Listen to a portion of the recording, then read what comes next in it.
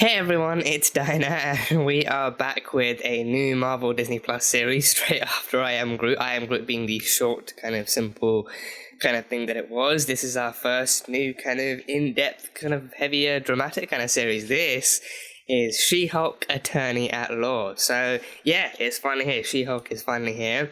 And honestly, I've been hearing nothing but I think because press and other kind of critics and stuff have been receiving like the first 4 episodes ahead of release to be able to review and something, and the majority of what I've heard has been nothing but good, as I so kind of suspected. And there's been the odd case of like review bombing and stuff, which is also kind of unfortunately expected, and everything. But for the most part, people have been raving about this and just hyping it up and talking about it as positively as I can. So I'm really looking forward to this for a number of different reasons. But yeah, this is going to be She-Hulk, so this is going to center around Jennifer Walters, aka She-Hulk, the cousin of Bruce, and she's going to be played by Tatiana Maslany too. So the only other thing I know she's been in is Orphan Black, which I haven't yet seen. So that's that. But I think even people kind of can't stop kind of hyping up and raving about her performance on that too, and how influential that is and how impactful that's been. So yeah, she is without a doubt being labelled as a great choice for this show too. So I can't wait to see how she does in this and see what the future holds and everything. So that'll be cool. But yeah, she's the cousin of Bruce, and I think I do remember, I think it was a while ago now, but I think I do vaguely remember Googling about what her comic kind of like transformation thing was, like exactly what gave her the powers. And I read something about like a blood transfusion or a blood transfer of some sort that that gave her his powers and turned her into She-Hulk and everything. So I think I feel like that must be pretty accurate. I think I've heard in this one it is in this one it's meant to be like an accidental cross of their bloodstreams in this that gives her the powers to. So I think in terms of like her origin, it seems like they're going to be kind of keeping that kind of somewhat close and accurate too. So it'll be cool to see how it actually happens, and if it's like a freak accident or like some kind of medical procedure or something, like maybe like a transfusion where he's the only viable donor or something. So cool to see how it happens. But yeah, I think Bruce is going to be in this too. Mark Ruffalo is returning as Bruce and as the Hulk too. So I think him having experience being like a Hulk and everything, he's going to be the one kind of walking her through this and teaching her all the stuff he knows and everything. But so far the trailers have shown us that she has like a pretty kind of appropriate amount of control over this, and she might even be able to control this from the get-go better than he ever did. So it's going to be an interesting thing seeing those two parallel journeys and how Jennifer actually handles this and how it kind of combats with her day-to-day life as well, like her being like a lawyer and everything, and then we know she's going to be like a lawyer for the superhuman division and everything. So yeah, it's gonna be cool. But I think we've got a few different kind of characters lined up to show up in this. But I am here for Tatiana Maslany. I am here for Jennifer Walters. I am here for She-Hulk. The character this show is named after. So I'm here for her first and foremost. Anyone else who feels like they want to come and make some kind of appearance or make some kind of some kind of additional kind of participation in the show, they're more than welcome to. But I am here for She-Hulk first and foremost. So yeah, with that in mind, season 1, episode 1, well, I'd say season 1, just episode 1 of She-Hulk Attorney at Law. Let's go. There she is. What is the responsibility of those with power?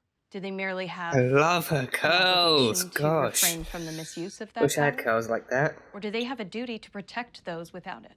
Can prove that's not the case. More smiles. Show them that they will be more smiles, yeah.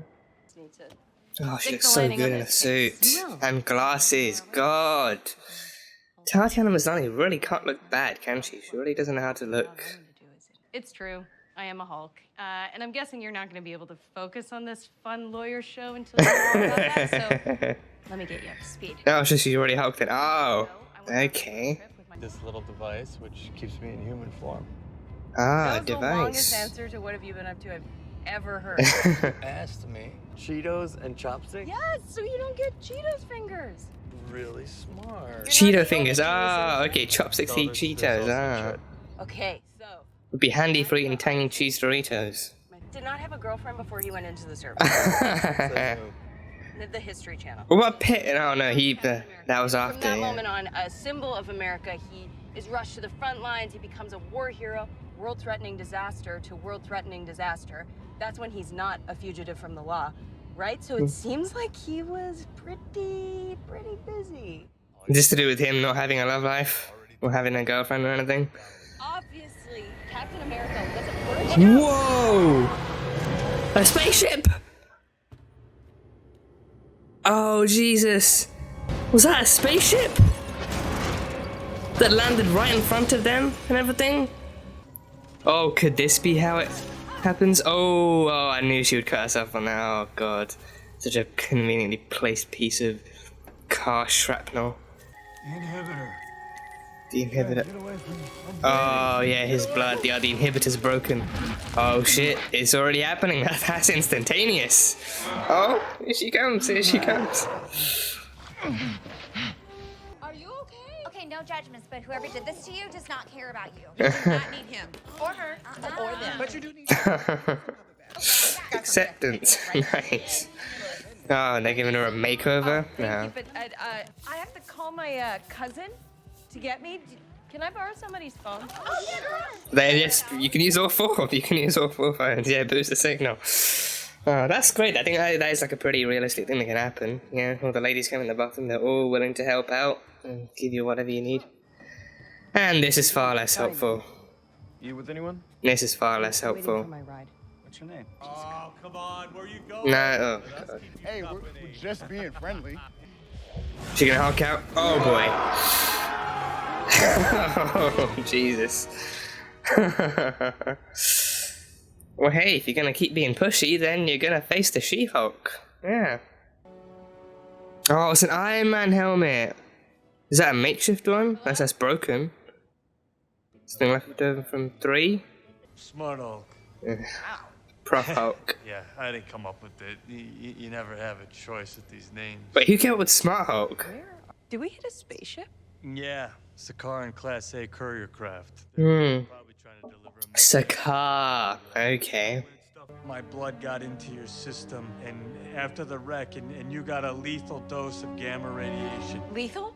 As in I'm gonna die? No, there was more to it that I'm going to explain. That is not the sentence to take a pause on, Bruce. Look, been analyzing your blood. I was able to use it to completely heal my arm. Because I'm better than you? It's basically different. In a better way. Conclusion, Smart Hulk. Well, it's pretty smug to call yourself smart. I didn't come up with it. You use it, implied endorsement. Don't lawyer me. So, now Oh, I love her. I love her so much. you can't go back to your job. She just got her own You office. figure out how to control your Hulk self. Well, how long is that gonna take? I traced all of my steps through my evolution. I never thought that it would end up being a syllabus, but Curriculum. Hulking 101. about 15 years, give or take. 15 Top years? priority is to control when you turn. That's a bit of an ask, isn't it? It's quite a bit of an ask. Transformations are triggered by distressed emotional states, so we need to know the exact threshold that causes it. Put on a Pixar movie. Bing Bong jumps out No. of the way. No, stop. I need to focus. Triggers are anger and fear. Oh, out the cart yard, that scene. Woman Yeah. just existing. All right, then, Yeah. let's try this. But the hell, you need to oh. Gosh. There we go. Look at those big green hands. Oh, now she's gonna beat him up. Now she's beating him up. Oh, jeez. Whoa, easy, girl. Easy. Why are you talking to me like I'm a stray horse? Jen? Yeah, she's. Yeah? Oh, she's still in there. You're still Jen? Right now. This is huge, Jen. Damn, she looks so good. She looks so good. Bruh. You know, that's about $1 million worth of damage back there. No need for a multi-year journey then. Guess we can just Yeah. skip all that. Yeah, kind of seems like I'm done here. Just regular anger means death and destruction for everything and everyone around you. And I'm telling you, when people start seeing you as a monster that never goes away. Fine. Let your thoughts drift away, relax your neck, bend your knees if that's more comfortable, hold in your farts. It's more about presence. About accepting the situation you're in. Does he have a Oh, shield I shell? thought it was about getting my butt tight as hell. Uh. Up top. Shannon, I'm your cousin. Just close your eyes and breathe, all right? Wow. Why don't you get some rest and we'll change tactics in the morning? Oh, here comes the the mighty honk. Oh, it's a goose horn. Oh. What the hell, man? Still in control of overwhelming feelings of rage. No, a normal amount of rage. Air horn really necessary. For comedy, absolutely. Oh gosh.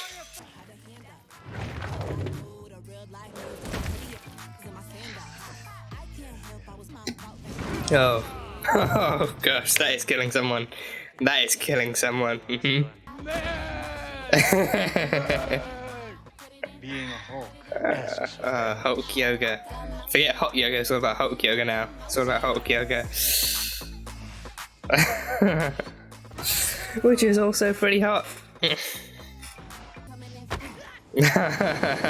punk. Dick, move. That we can drink so much and not get drunk. Just like Steve Rogers. Buzz. And pretty much all most enhanced people. Now, Tony mostly drank. Just sat around like complaining about Steve. Oh, Steve. The Virgin Steve Rogers. Times during a hard time.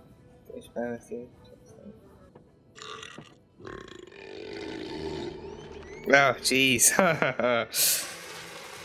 Hulk belches. Oh. I legitimately do have a life to get back to. I know I've been pushing you through a lot, but being Do they know she's been away all this time, or did she just go off the grid? I mean, the parents know, but about friends and co-workers. Return to my career that I have spent years building. Use my law degree that I am still paying off a fortune in student loans. you got one or the other, Jen. And regulate your emotions, especially your anger. I do it all the time. Catcalled in the street. When incompetent men explain my own area of expertise to me, I do it pretty much every day because if I don't, I will get called emotional or difficult or might just literally get murdered. I'm an expert at controlling my anger because I do it infinitely more than you. And who's gonna protect the world if it isn't people like us? Are you quoting a comic book right now? Hiding away on some remote beach with no friends, no relationships, never seeing your family, and definitely not dealing with a decade's worth of trauma? It's not wrong that I am choosing to help people in the way that I've always wanted to. What, you think you can just say a bunch of mean things like that and then take off? Yes! Oh gosh, she's running over the Hulk. She's running over the Hulk. Oh. Oh, jeez. Dick move. I learned it from you. See, Jen? Oh. We're gonna get a Hulk fight? Oh god, Hulk versus Hulk. Oh. Oh, damn. Oh. Ah, the Hulk clap. Do it a little. Yeah. Why? How big are hers? That's all you Oh. Okay, that's bigger. Just keep doing it. Just keep doing it. Give him a round of applause. Give him a round of applause. Oh, just give him a headache. I'm just gonna give him a headache. Oh no. Oh. Oh.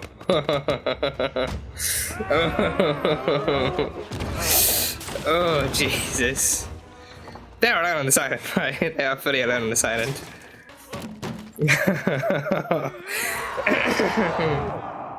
Yeah.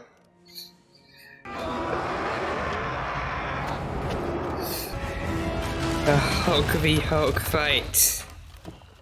Just... My ball! Oh, the bar. You're fixing it. Uh, If you want to go back to your life as a lawyer, I respect that. Thanks. He doesn't mean that. Yeah. Call me anytime. Thank you, Bruce. Thanks for everything. Oh, this is a much better departure, isn't it? And I'm sorry that I said a bunch of harsh but very true things. Wow, an apology that still doubles down on the thing you're apologizing for. That's very lawyerly. So now my family knows, and Nikki knows. Nikki. And you know. Basically, I was right and Bruce was wrong. And I never have to be a Hulk.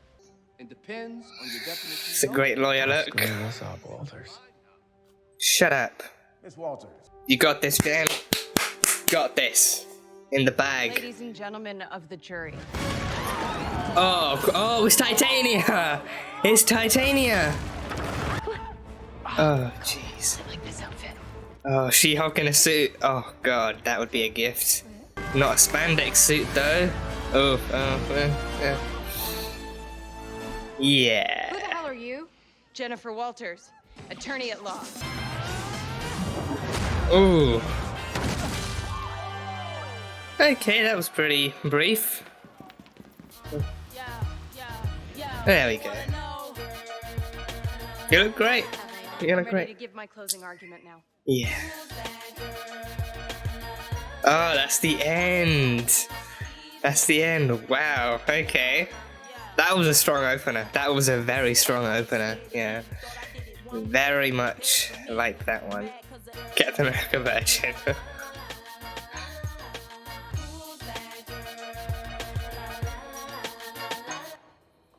Loving the music choice for the credits. Yeah. So much for his country and he never got to experience that. Did you see that ass? Like that ass? America's ass. Die virgin. Steve Rogers is not a virgin. He lost his virginity to a girl in 1943 on the USO tour. Oh, he did. Captain America! Fuck! Captain America fucks. He fucks. He fucks, and he's. I don't know. I mean, he's a super soldier. He was probably good at it or something. I don't know. But yeah, he's not a virgin, so great. We can actually cross that off then. Yeah, that was a lovely one. That was a really lovely opener, a really strong opener. I love that. I love that episode. I really cannot wait for this show to just delve into more of what it's about. I just can't. I already love the show so much.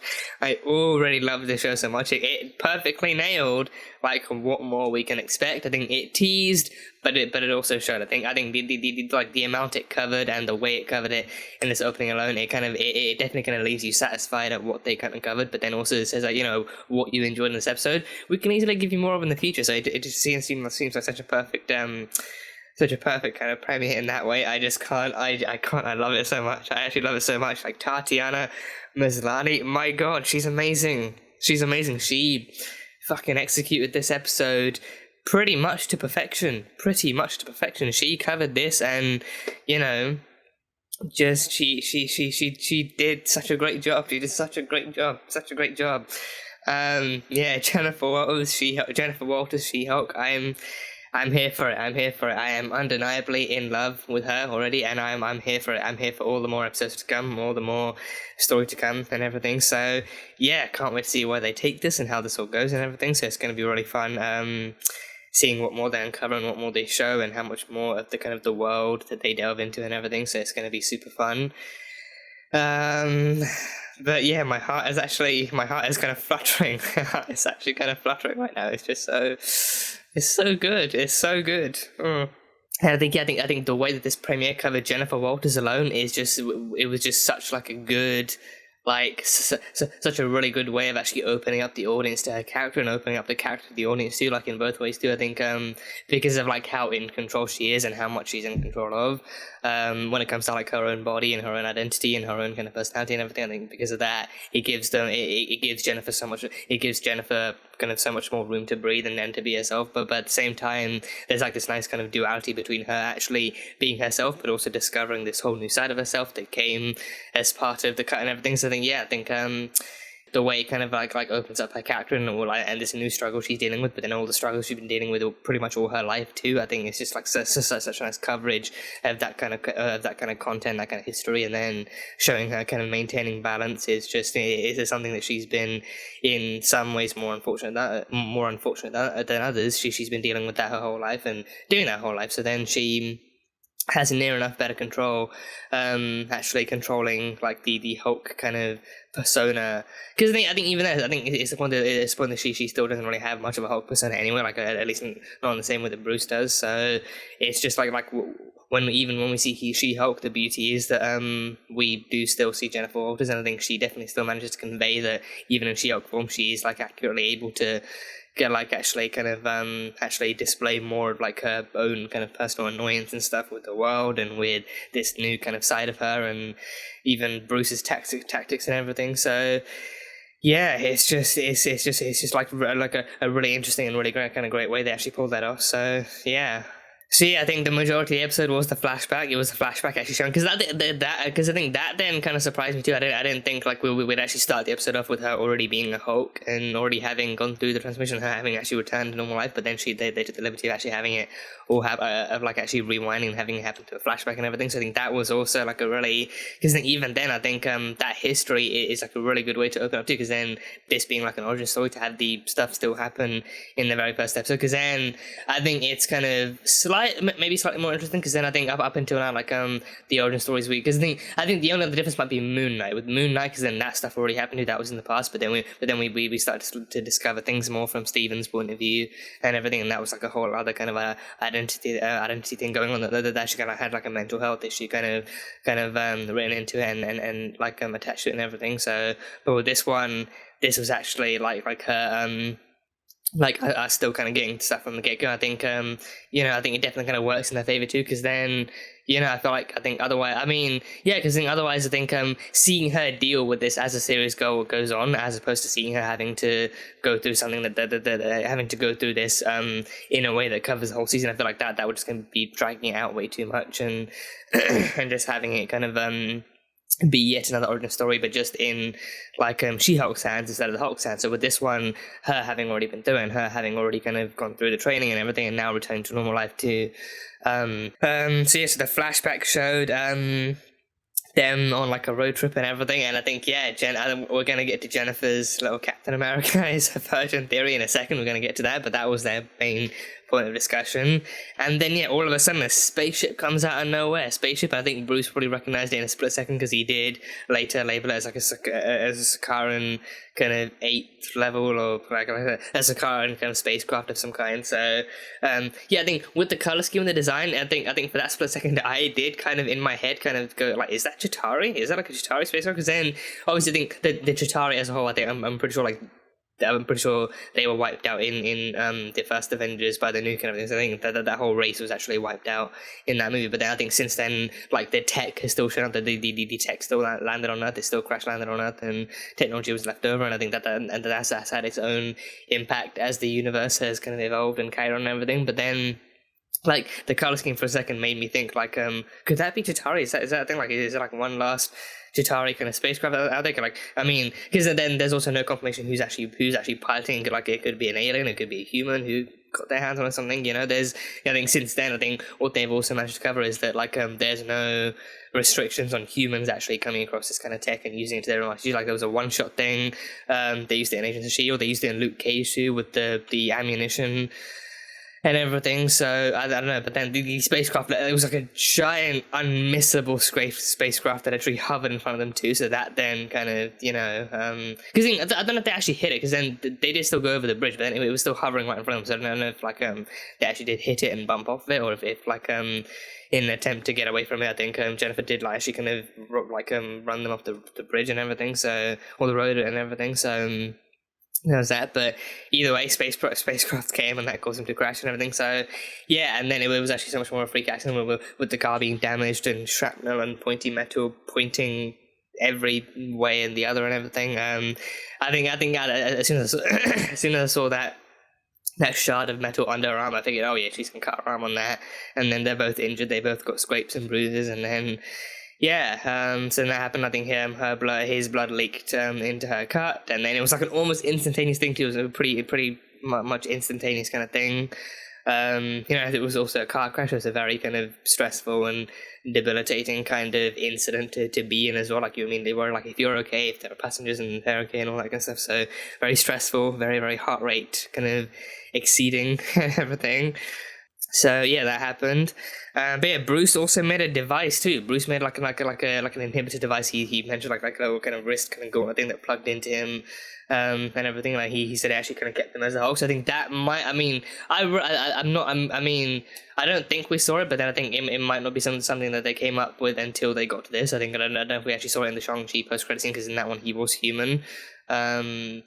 But yeah, but I think in this one, but then he did say it was a prototype. So maybe like during that time he could have been working on it, and then it's only now they actually got the prototype to work and everything. So that was calibrated to him and all that kind of stuff. So yeah, so you had the inhibitors that kind of kept him, that allowed him to remain human when he wasn't in Hulk form. So I think maybe if he takes it off, then if he takes it off, he goes into Hulk form. But then because of his work in the Gamma Lab, it did allow him to actually to actually not only go into the Hulk form, but go into the Hulk form where he merged Bruce and Hulk's kind of twin selves together into like a more stable, more controllable kind of form. So yeah, he found ways.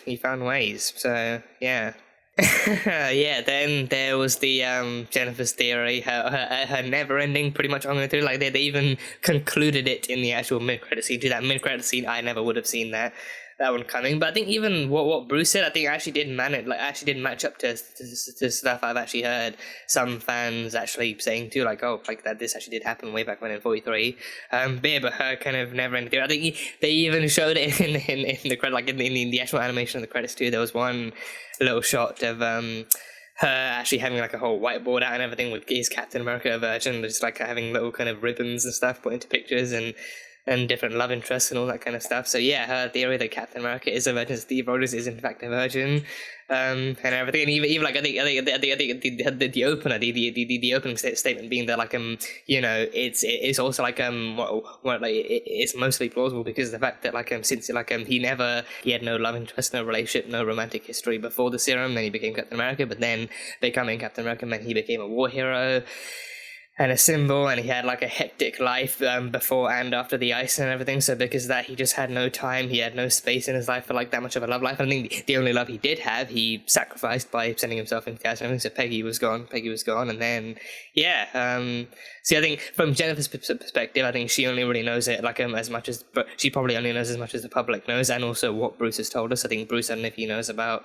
anyone that Steve has been with, like if it's Sharon or Natasha or anyone else, but so then she can only then conclude, because of the hectic life he leads and the lack of any kind of attachment that he has in that way in his life, like Captain America must be a virgin. He died without ever.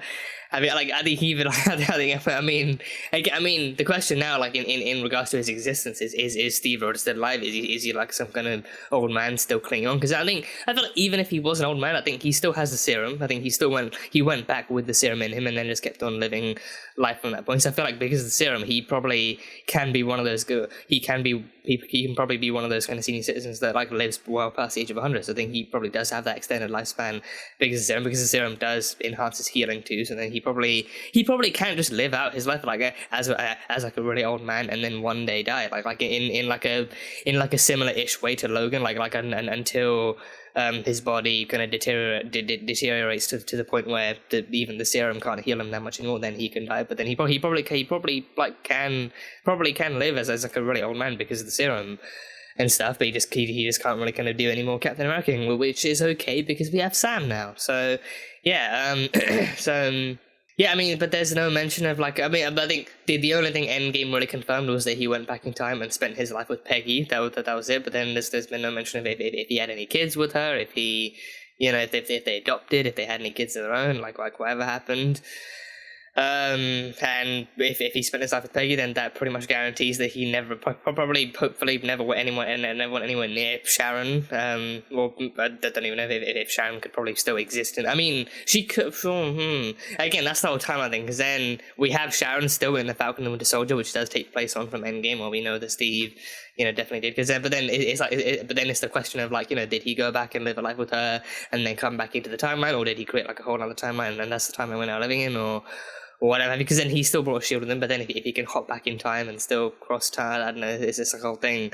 It's a whole thing there too, but but I think it's the amount of effort that Jennifer has actually put into perfecting that kind of theory, and even offering evidence. And as the lawyer that she is, she's offering evidence and putting in facts and figures and different kind of logical statements, and actually supporting this is why Captain America, aka Steve Rogers, would never have had sex before he died. So. Yeah, I think it's a fan thing too. I think that is easily one of the things I actually love about that aspect of the story too. The fact that his Captain America version is also something that fans in detail and in length have discussed too, and that they've come to different conclusions and different kind of endpoints and everything. So. And even what Bruce said too, I think Bruce somehow knows, maybe because Steve told him, but he said, Steve Rogers is not a virgin. He had sex with a woman on the USO tour back in 1942. So I don't know if that means that because then I do remember the whole kind of USO tour, because it was a montage thing that they had in the first movie too. So I think there were the women who were the dancers. They had the dancers and stuff that he worked with, and then there were the women who would actually come up to him and then sign stuff and take photos. I think then if it was one of them or if it was a woman on the tour that he worked with or something. So either way, he had sex with a woman on the 1943 USO tour. So Bruce happily confirmed that, and then that whole mid-credit scene was just top notch. Jennifer. I think I'm pretty sure she was pretending to be drunk to get him to actually kind of confess to that and everything, and be like, "Yeah, Captain America fucks," just happily confirming that. I think even her kind of seeming legitimately sad and heartbroken that wow, that man did so much for this country. He gave his life time and time again. He put his life on the line. Then he would be like, that ass, America's ass, did not deserve to die without ever being tapped. Her take on that whole thing. Her take on the whole thing was just flawless and everything. So yeah, so considerate, so kind and considerate of Marvel to actually take that kind of fan theory and stuff into account. I mean, I think it's also something they very, very briefly tapped into in the Winter Soldier too, but I think that way was arguably more kind of slightly comedic, but then also a bit more kind of thoughtfully touched on by Steve and Natasha, even Natasha kind of asking him if that was their first kiss, and if that was his first kiss since the 40s, and then him saying it was hard for him to share himself that way with anyone, because then all he's been through, what he is now, how old he is now and everything, so it's hard for him to find anyone with shared life experience, as he so eloquently put it. So yes, I think even Steve, it's hard to know or think whether or not Steve would actually be depressed that he wasn't able to find anyone, or he couldn't, because Sharon was all he had. I think he had a second kiss too with Sharon. He had a second kiss with Sharon. So there was that, but then I think they never did anything. They very definitely never did anything. So yeah, so he did not die a virgin. Steve Rogers, Captain America, he did not die a virgin. He had sex back in 43. Did they use protection? I think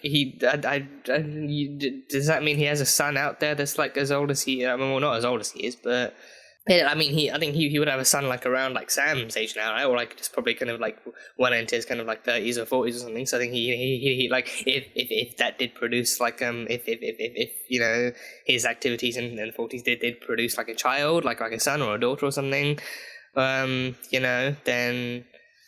Who knows? I think I really don't know if that's something they're gonna explore either. If that's gonna be a surprise in the next Captain America movie. Hey, I'm Steve Rogers' child. So what's up? My dad was Captain America, and now you're Captain America. So yeah, because I think in the comics he does have. I think in the comics he has an adopted son. I think in the comics he actually does have an adopted son named Ian, I believe. And I think I actually have a graphic novel from that covers Sam Wilson being Captain America and Steve Rogers kind of being the guy in the chair, Sam's guy in the chair, because he's an old man at that point, and I think he has the serum taken out of him, and then and then his son Ian is Nomad. His son Ian, I'm pretty sure, is Nomad. So I think in the comics he actually does have like an adopted son called Ian. So there's that. So I don't know if they're going to bring him into this, but then maybe change it up so that maybe like his Steve's activities in the 40s actually did produce a child, and that child is Ian. It would be interesting because then they could easily set it up here and then make it and bring it into fruition in the present day or something. So so Steve Rogers is not a virgin. So I think Jennifer can now move forward in life blissfully knowing that Steve Rogers is not a virgin. I mean, because I think she was kind of defending it too. She was actively using facts and figure. It wasn't even a bias like she could never believe he would have sex. Because then even in her kind of drunken state, she was like, I can't believe he gave so much for this country, and with that ass he just never got laid or anything. So she can now move forward now knowing that any qualms she had about that and the injustice of that have been laid to rest. So yeah, Steve Rogers, not a virgin. He had sex with a woman on the 1943 USO tour. So yeah.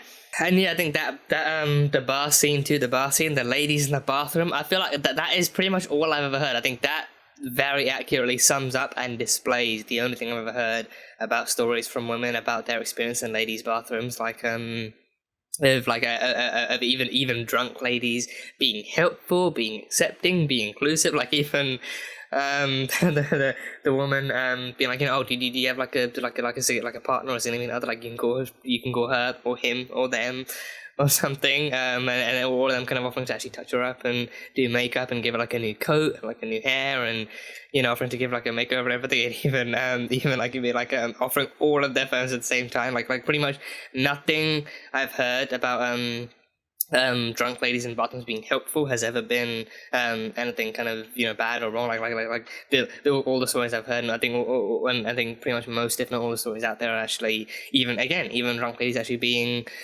helpful and being kind of comforting and consoling and actually kind of making sure that you're okay and everything. So most of the time, most if not all. So so that was like a really kind of cool thing to see, like her actually kind of being kind of dressed up and freshened up by them, and everything. That was cool. And then, of course, the far less helpful kind of scene of like her actually outside the bar with the douches, catcalling her and calling her out, and just being just generally kind of like as pushy and as dickish as you'd expect them to be. And everything. That is also something that happens far too often and is also very believable and everything. But yeah, I think this time, probably the first time she's actively been able to actually do something about it without fear. Because I mean, again, I think it was essentially like an actual reflex of actually bringing the She-Hulk in her out and actually having her fight back for a change and having her knock them the fuck out. But no, I think it's kind of like it's all the more impactful and slightly more scary to think that like this is the first time she's probably kind of actually kind of she's simultaneously felt in control and also out of control, because then she honestly wasn't expecting the She-Hulk to come out, but then that was the one thing that probably would have helped her and even quite possibly actually saved her life in that instance too, like like her actually hulking out and everything. So well, I think it definitely kind of links back into her kind of talking about her experience actually kind of being catcalled and being mistreated and being undermined because of what she is and who she is and everything.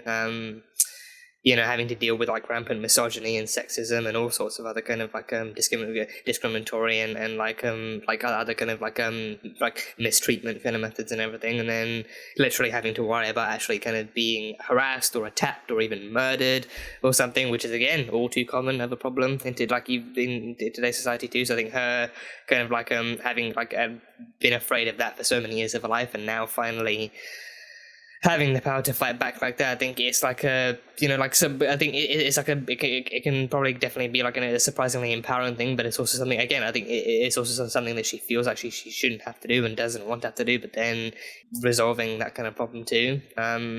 I think I'm kind of wondering like exactly how like that might affect Jen going forward too. Like, because again, I feel like she definitely is gonna have that feeling of like like I shouldn't have to Hulk out, I shouldn't have to be this, I shouldn't have to resort to this in order to make this go away, because then this shouldn't even be happening in the first place, But then I feel like maybe there's gonna be like some sense of actual empowerment behind it, because then now for the first time she feels like she can actually fight back without being overpowered or taken down or anything. So yeah, I think showing off She-Hulk in that way too, like she's a woman who actually can stand up for herself because she's fucking like 9 feet tall, and everything. So she happily can, and she will stomp on you if you need to. I think that's going to be the one thing that I think people are going to agree to. Like now she's actually like she actively has the strength and she actually has the option. But now she's going to be like, like enough is enough. She will fight back. She will yeet you into another state if you have to, and everything. So.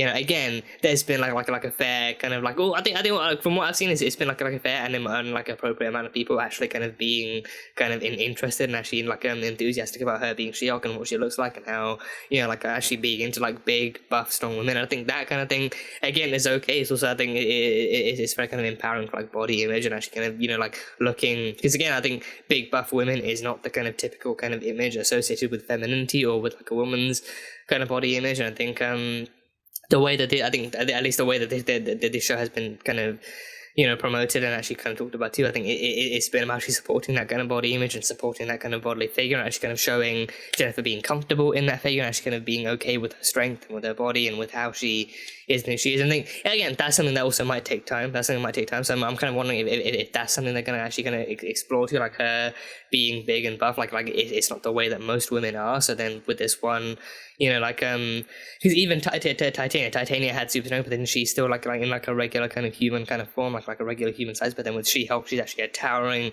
big, bulking green figure and everything. So it's going to be interesting if they actually do cover the people who aren't into that and kind of make that like a big deal, and then versus the people who actually kind of do encourage Jen to actually embrace that and to use that to kind of like empower herself and to actually kind of accept herself as that too, and show people who actually are into that and everything. So I think I'm pretty much here for both of it. I'm pretty much here for like both sides of it too, like for the actual empowerment kind of scenes and for the because she does look great. She does actually in more than just like an aesthetic way, but then she actually just does like look great, and she kind of definitely kind of knows how to handle herself too. So I think seeing that kind of evolve as the story goes on is going to be like a really, really fun thing to see.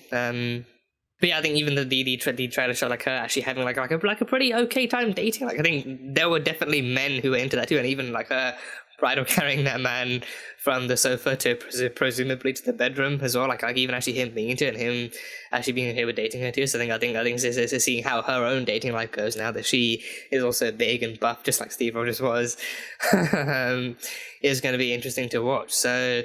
Yeah, but yeah, again, the world is changing, people are diverse, they come in all shapes and sizes and forms and everything. So I think actually exploring that, exploring like the presentation of women and femininity and like existence in this kind of show too, I think it's going to be like a really interesting and really kind of really like a really kind of thought-provoking kind of story and like a dynamic to actually like explore in this both on Jen's end and also in like a general sense of all the women included in this show too. So yeah, it's going to be interesting to see how that kind of thing unfolds. So yeah, so then we had the She-Hulk training stuff. We had the She-Hulk Jennifer and Bruce training with the dialectic behavior control, like an actual evidence-based kind of therapy technique thing that he found and he wanted to use. So yeah, I think as expected, she did show far better control, and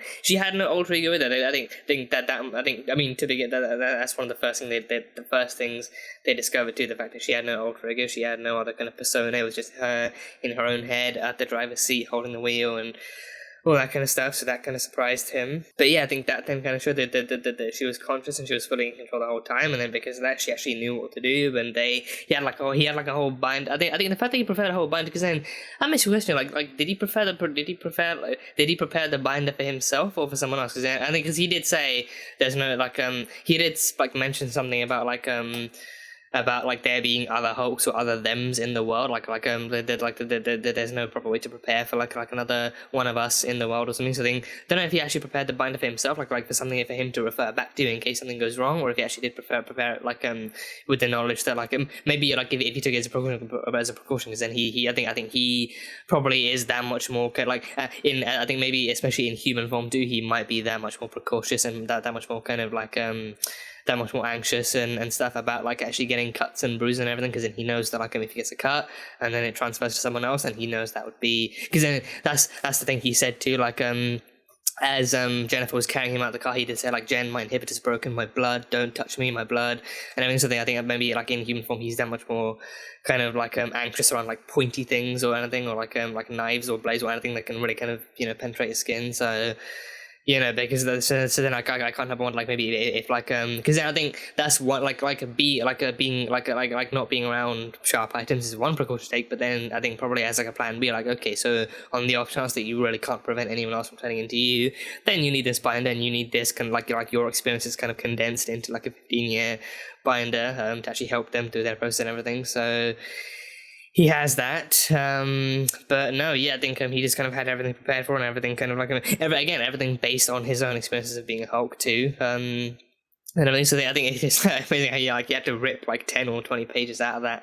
binder once he figured out that she actually didn't need everything. Because then the biggest shock to both of them was that she didn't have any other alter ego, any other kind of part of her to control once she turned into Hulk. Like, once she turned into Hulk, she was still Jen, she was still conscious and fully aware and knowledgeable of what she was doing too, so took away kind of a need for that. So then after that, I think for him it was just about like controlling the strength and seeing how far she'd go and doing all that kind of stuff. But again, as shown by the trailer, I think she nailed everything. She's Jennifer Walters. She nailed everything. She exceeded all expectations and showed immense kind of control of strength and everything. And again, you know, like, it directly link. I think it does kind of pretty much directly link back into her kind of talk about like you know, having lived her life actually controlling herself and controlling her emotions, and then she's been spending her life actually being talked down to and being undermined by her own male colleagues and male superiors, and, you know, even like just in general life, actually walking down the street, she, you know, can't avoid like being catcalled or harassed or called out or anything. So then, you know, but then of course I think the stories are like, you know, like as things go,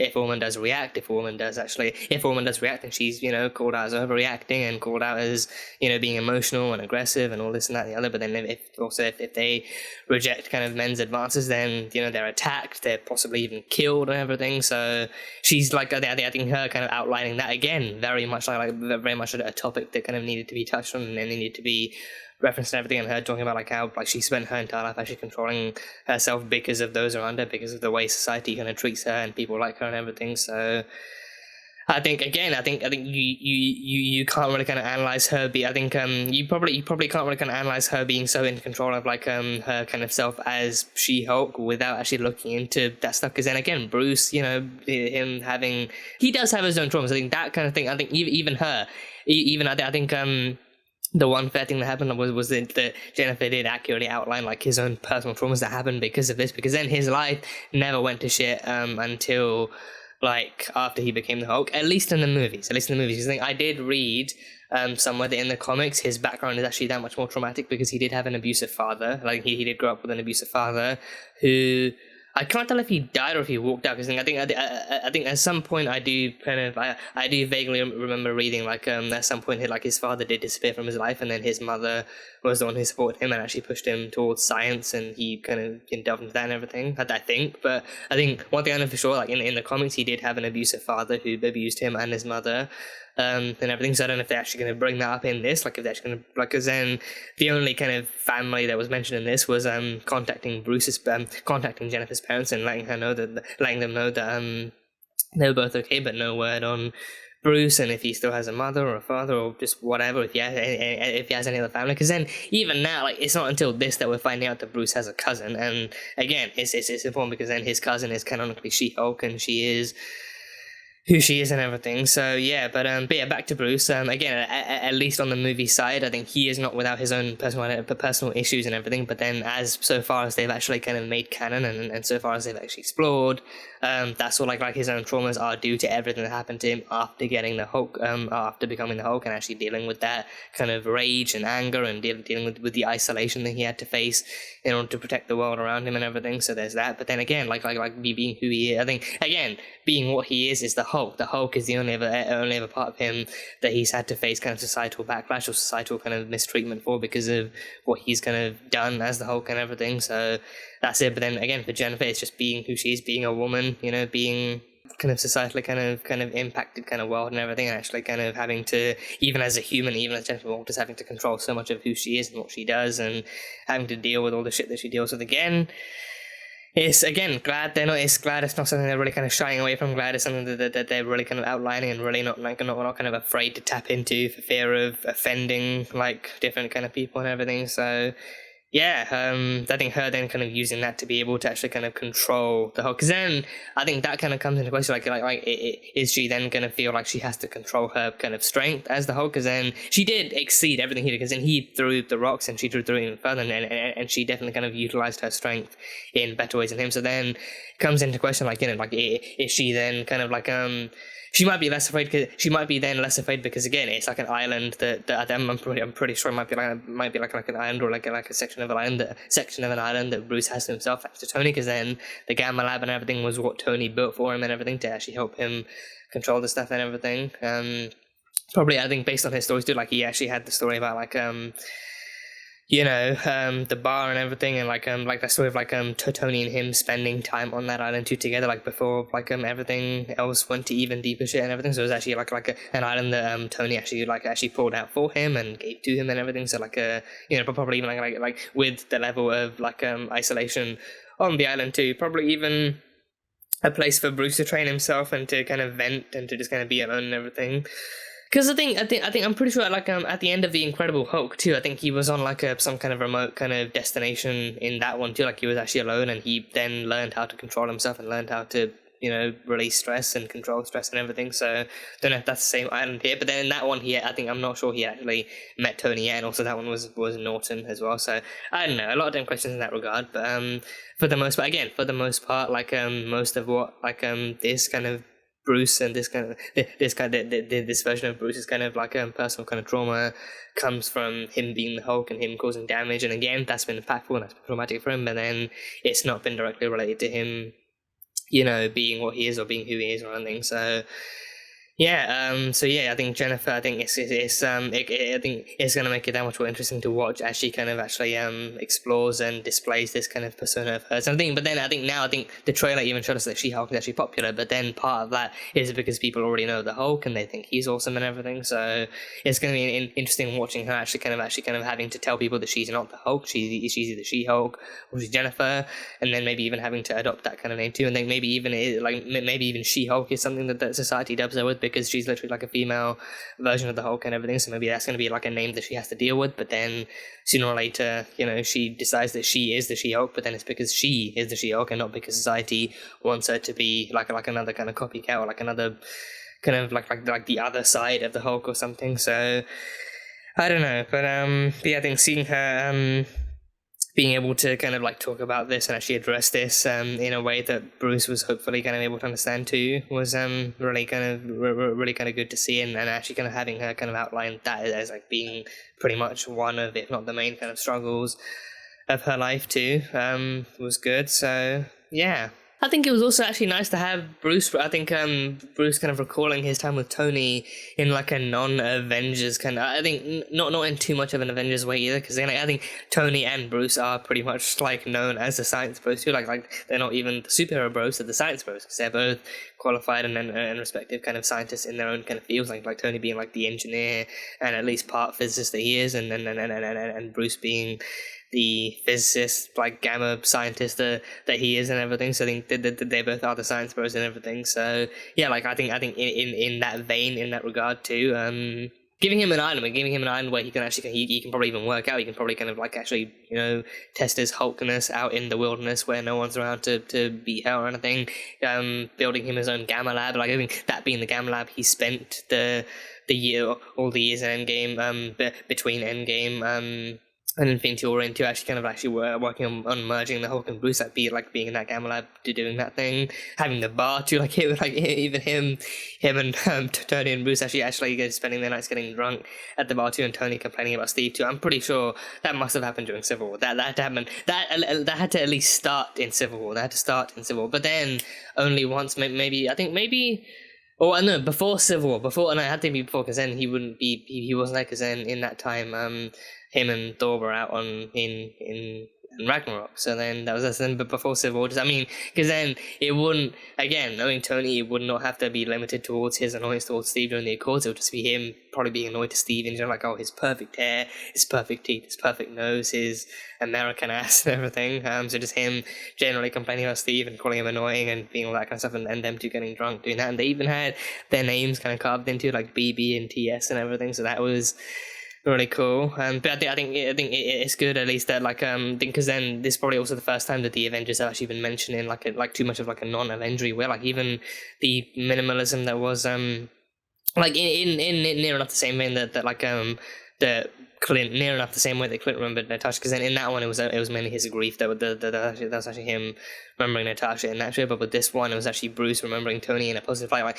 him definitely probably still being in grief and still being in mourning and still missing his friend, but then him still being able to recall Tony in a much friendlier, much more fun-loving and much more casual, because then Tony being the kind of party kind of dog that he is, like him kind of being who he was too. He was very casual, he was very kind of very celebratory, and he was all about like parties and drinks and being like social and everything. So him actually being able to genuinely hang out with Bruce and them two being able to genuinely just kind of goof around together, I think it was really nice to actually hear him being able to recall that, like that positive of a memory and everything. So I'm wondering if we're going to get any more of that from the rest of the show, like maybe him actually talking about him. He even mentioned Natasha and her lullabies too, and then I think him like with Natasha it was the lullabies, with Tony it was the drinking and the science stuff, and then with Steve it was him somehow having knowledge of like Steve having hooked up with a girl on the 1943 year. So that might have been him talking to Steve. I think I'm kind of wondering maybe if he knows that because he himself was actually curious too, like maybe if he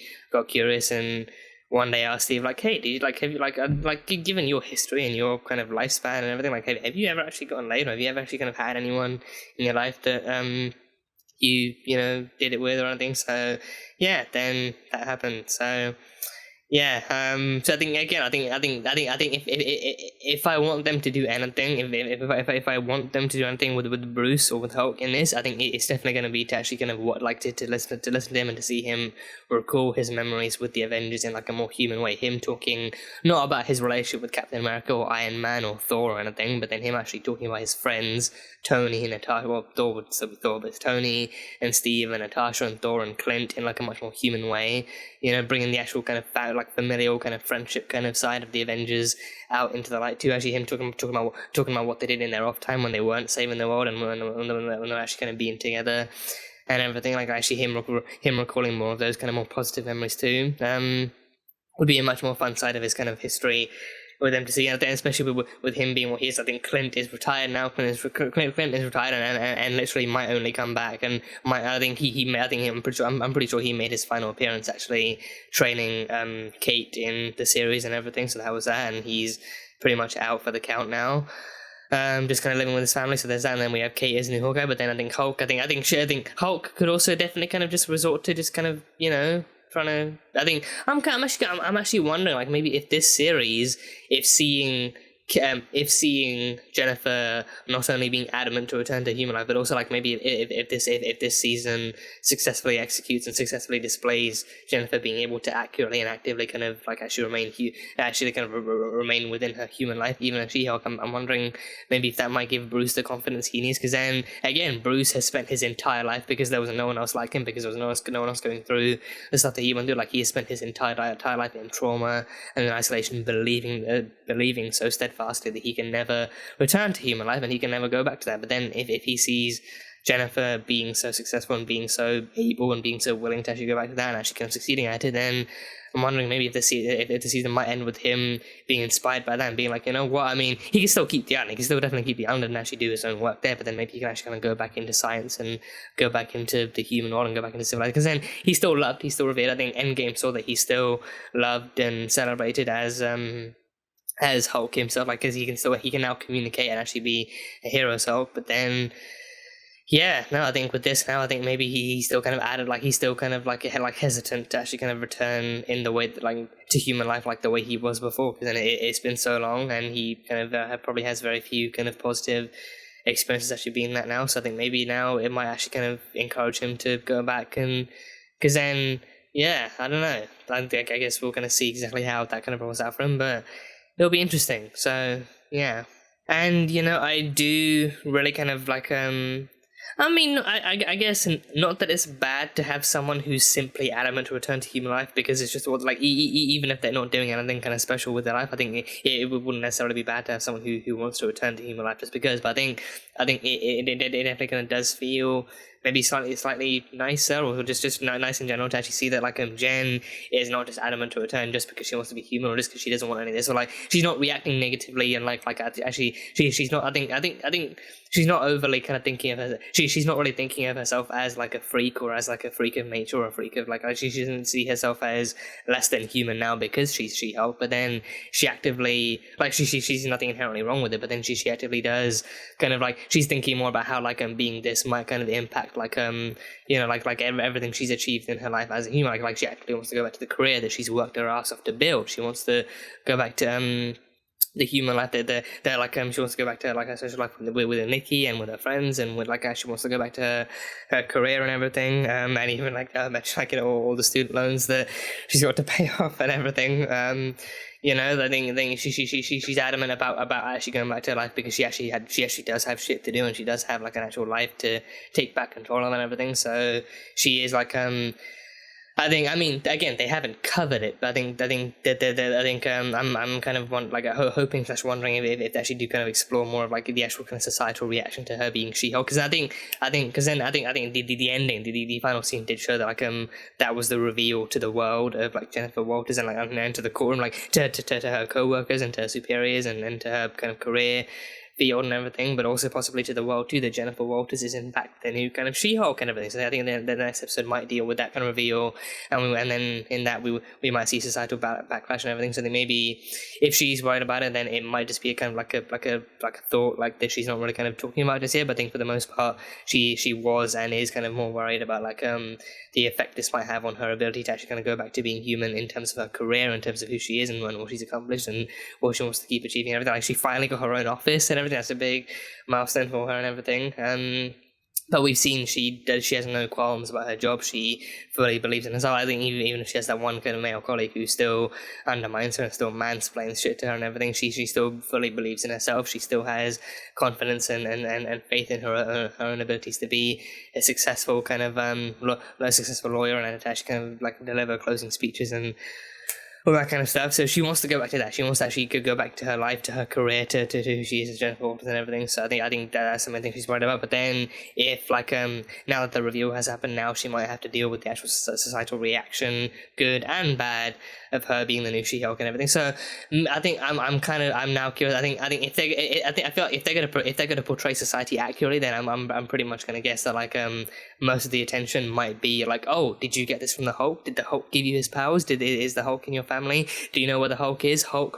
Just like it's constantly mentioning Bruce Banner and the Hulk and everything, instead of actually taking into account that she is the new kind of thing. And I think that's something that she's gonna have to deal with, like, her having these powers and having displayed these powers, but then, or at least most, if not all, the attention being diverted to her male counterpart in terms of being a Hulk and everything. So yeah, so that's going to be interesting to kind of have a look at and see and everything. So, and I mean, I feel like in general it's going to be like an interesting kind of character-driven story to explore in that way too, because then I think if they can explore in that way too, then it's going to be like, she's going to be relatable also, because she actually does actively embrace and chase after her human side a lot more than she does her She-Hulk side. Because then, if they're doing it that way, then it might show that she only really brings out She-Hulk when she's stressed, or when she needs to use her to fight something. But then we do see her actually embracing it, or like actually being in She-Hulk form, even in kind of like a casual setting too, like her wearing dresses while she's She-Hulk, and her being She-Hulk while she's dating too. So I think it's going to be interesting if we actually do see her still kind of managing to embrace more of her She-Hulk side, even when she's in like a more formal, more human setting too, when she's dating,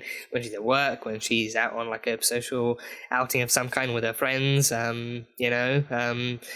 so seeing like how she handles humanity now that she is She-Hulk, but then also seeing her like how she actually kind of does embrace the She-Hulk side of her a bit more without fear of backlash and without fear of judgment is also going to be like an equally interesting thing to see. But then her also being She-Hulk while still being so humanly and so realistically worried about all the stuff that she has to worry about as a human too, like student loans and bills and her job and her social life and all those kind of regular kind of human things that you have to worry about too. is going to be really interesting kind of dynamic, like a more interpersonal dynamic that just the kind of grapple and everything. So that's going to be an interesting thing to see. And I want to talk about the CGI too. I mean, again, this is the final product. This is the final product, and it's the final product we get. I think people were just endlessly raving about how iffy and how dodgy the CGI looked. I mean, apparently also because again, I think YouTube is known to compress videos a bit more for ease of uploading and for speed of uploading and everything. So I think even pretty much no matter what quality you view a YouTube video in, it will still be compressed and everything. So then the visuals did not look as good on YouTube, but then I think the trailer on Disney Plus, I think the trailer on Disney Plus not only looked better, but I think the version that Disney uploaded to Disney Plus actually did kind of have updated VFX too, showing off better skin textures and everything. So actually kind of did show off better CGI. But yeah, I think there's been no lack of any kind of complaints about the CGI for either Hulk or for She-Hulk, but I think especially more so for She-Hulk. So yeah, I think again, for me, this CGI is spot on. I found no issues with this at all. They looked as realistic as you can get for a fucking Hulk and everything, something that you really just don't have in real life. So they looked as realistic and as kind of on point as you can only expect it to look. And I think I had no qualms with it, and it looked perfectly fine to me. I think it looked realistic, and I think even the transformation cycle too. I think they only showed it a couple of times, but even them showing Jen actually growing and hulking out, but then also almost immediately kind of going back down to human Jen again, they still nailed that, the actual the greenification of the skin and the kind of amplification of the Hulkness in all matter of physique and everything. It looked fine, it looked believable, it looked realistic, and it looked as good as you'd really want it to. So again, for me, CGI is fine. I have no complaints about it. So that's that. And of course, Jen breaking the fourth wall too. I think I did very much enjoy the first initial fourth wall breakage being her actually kind of using that to actually explain how she became the She-Hulk, and actually them setting the She-Hulk identity in place from the get-go too. Actually her walking back into her office and being okay, so newsflash, I'm a Hulk. I am a Hulk, and then actually kind of going into the flashback with the car and transformation and everything. So yeah, I think even that there are a few other kind of fourth wall breaks here and there too, so I'm very, very excited to see how they actually might handle that with this, because I think in the comics, I've heard in the comics, she also is one of the many characters actually known to break the fourth wall and actually kind of interact with the audience and do all that kind of stuff. So with this, I think it's just a really kind of interesting way to tackle that character. I think especially with this character too, I think having this kind of character actually kind of tackle the fourth wall, and actually kind of this character, with the way that she is, with the way that she interacts with society, and with the way that she kind of deals with all sorts of societal issues and interpersonal life issues too. I think she is definitely, for her, I think for Jennifer, it's not even going to be simply a matter of comedy. It's going to be her definitively and very, very kind of interacting with different day-to-day life situations and different kind of character issues and different kind of things, and it's not just going to be, it's not going to be simply for the sake of meta or simply for the sake of comedy, and I think it's going to be her actively as a human kind of having her own inner monologue that she kind of represents to the audience and everything, and it's going to be really fun and really kind of interesting seeing that kind of stuff kind of happen on screen and within the story too. So yeah, fourth wall breaks already working really well, already loving them, so can't wait to see where they go with those. So that's gonna be really, really cool. And I think one thing I've already loved her for, one thing I think from the get-go, one thing I already kind of almost instantly fell in love with her for, her tactic of using the chopsticks to eat the Cheetos. Because I don't even know if we have Cheetos over here, but we definitely do have still very dusty kind of, crisps and potato chips and all sorts of snacks that can really kind of linger on your fingers until you wipe them with wet wipes or if you wash them or anything. So I might need, I can't lie, I might need to invest in that tactic. I actually might need to invest in that kind of in that way of eating and everything. Because I mean, on sometimes it can kind of be fun having well, not fun, but it can be funny. But then for the sake of cleanliness and for the sake of not having to have to go the extra mile to have to touch stuff and having to keep yourself free of dust and keep yourself clean too. I think that is actually a pretty ingenious idea too, actually using other utensils to eat those kinds of snacks and everything. So I might just need to invest in that kind of in that kind of tactic too. So hats off to Jennifer Walters actually having that kind of idea to eat them too. So yeah, that's pretty cool. But yeah, I think overall, I think for now those might be my initial. I think it's pretty much everything I've written down. I'm sure upon a second rewatch, I might notice more things and more pick up more things as per usual when you watch this stuff for the first time. So yeah, I think for now, all initial thoughts. Right off the bat, love Tatiana Maslany, love Jennifer Walters, love and She-Hulk and everything. Cannot wait for more of this show to come out and to react to all the more of it and enjoy all the more of the story as it progresses and everything. And I can't wait to see what it does for the character, what it does for the story, and what it does for the overall representation of big buff women in media, because we do not have nearly enough of those as we could do with, or as we need as a society. Honestly, big buff women do so much for society, and the world should know more about it. So yeah, that'll be very interesting to delve into and see. So yeah, I really can't wait to see more of like how they actually explore She-Hulk as a character, and to see how much more of like of herself she explores, and how much more of herself she discovers, and how much more of like the kind of story and the world around her that she deals with now that she is a She-Hulk and everything.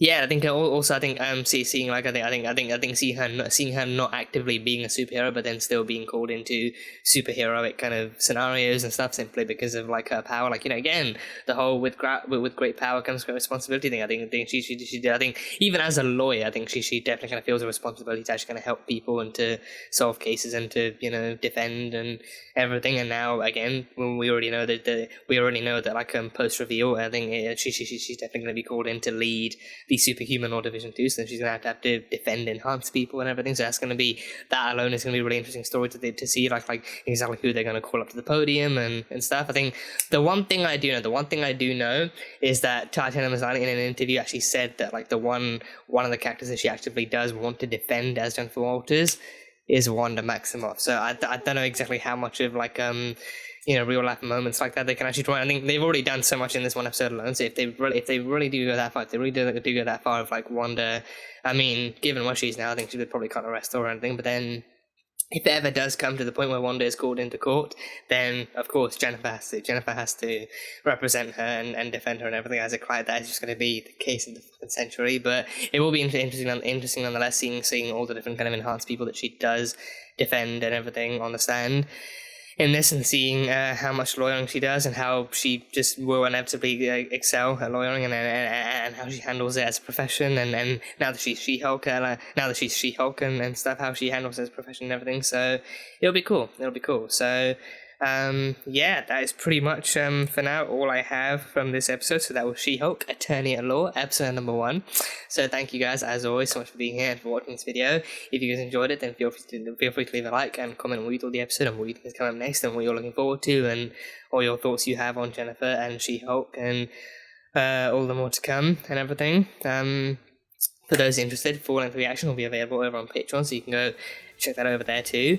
And yeah, for now, that is it from me. So until next time, bye bye for now.